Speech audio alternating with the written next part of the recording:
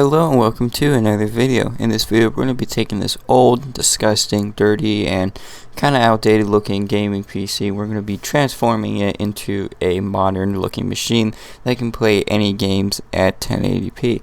Now my original plan was to clean up this case and reuse it. However, the power button on it is like stuck in place from all the gamer grease from over the years, and it just no longer works. And I could use the reset button as the power button instead, but I did plan on selling this system, and I think it would sell better in a new case anyway. So we're going to be taking out the PC components inside of this case. We're going to be testing them, and if they work, we're going to go ahead and put them in a new case and do some upgrades. So without further ado, let's take the stuff out of the old case.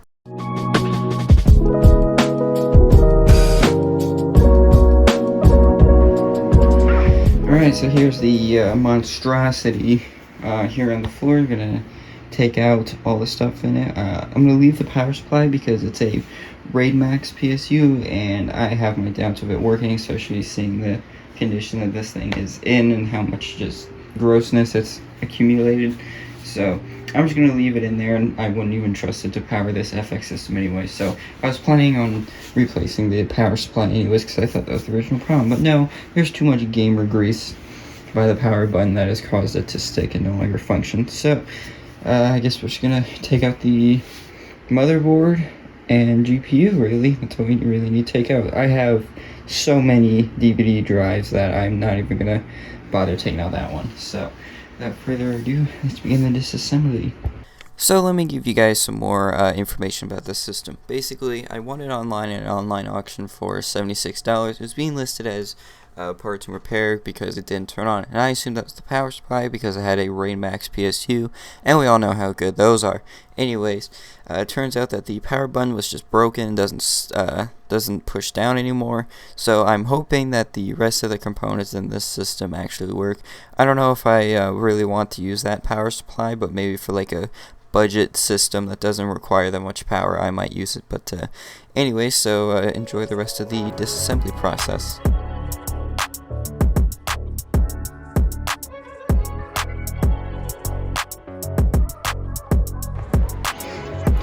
And so here is everything stripped out. I completely stripped out everything. I even decided to take out the power supply because I thought that it was all, like cable managed and nice, and I was gonna have to uncable route everything, but it turns out it wasn't. So I figured I'd take it out and just see what happened, see if it would work.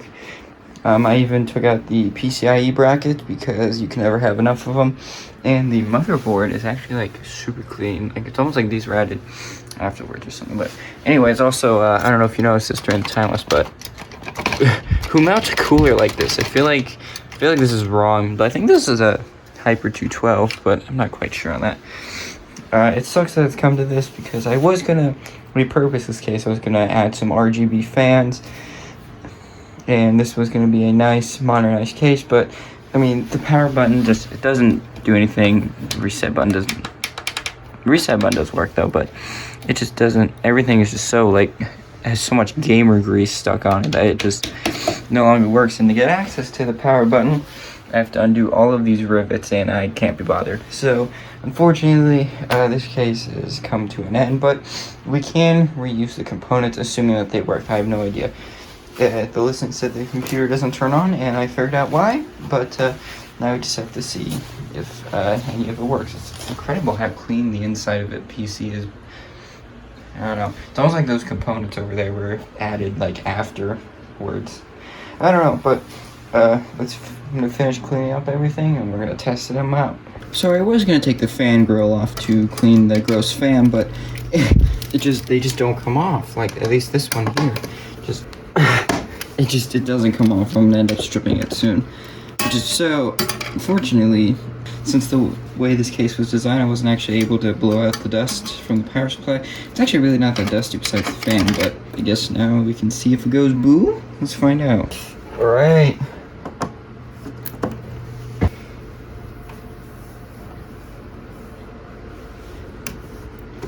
Whoa. This is when a PSU tester would be great. Alright, well, it's on. I'm very nervous to have it on, but yeah, I mean, seems to be working okay. Strange how the I didn't realize I had a blue LED fan, but I'm not going to use this in a build until I buy a PSU tester because I have zero trust for this thing. Having a hard life, so who knows if it still works. But yeah, I don't know if you could tell, but I was super nervous about it. But we're going to set you off to the side. I guess that's what I finally figured out what this red button here is for. I guess it's to turn on and off the LED. But we're going to set it aside and order a PSU tester for it soon. But yeah, so now we just gotta clean these Raidmax fans right here. Supposedly these are green LED fans with I guess like LED brightness control on them, which is cool. So let's just clean these. Alright, so I've put everything together here. I don't know why this, like all these parts here are so clean. This fan's a little gross, but the rest of it's like so clean. I don't know, but I have everything put together. There's no RAM installed, which is usually not a good sign. It's usually like a last resort if the platform doesn't work. So I'm gonna have to add a RAM stick, and I added this diagnostic card because I assume it's not going to boot on first try. So I'm gonna go grab a RAM stick and we'll see if this thing turns on. So this is the last RAM stick I have left. This is a 1 gig DDR3 RAM stick. I don't know if this board will go as low as 1 gig, but we're gonna find out. And this is actually from the E-machines when I transformed that to a game PC. Video in the cards up there.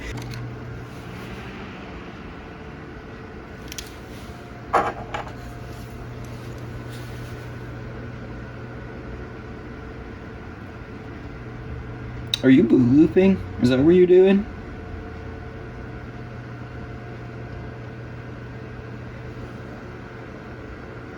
I think, I don't know. Let me look up what error code 66 is.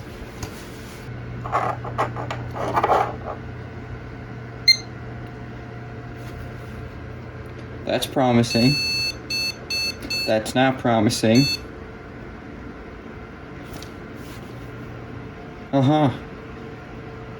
Maybe it's this. Like, what is this? Maybe it's that. Maybe that's the problem.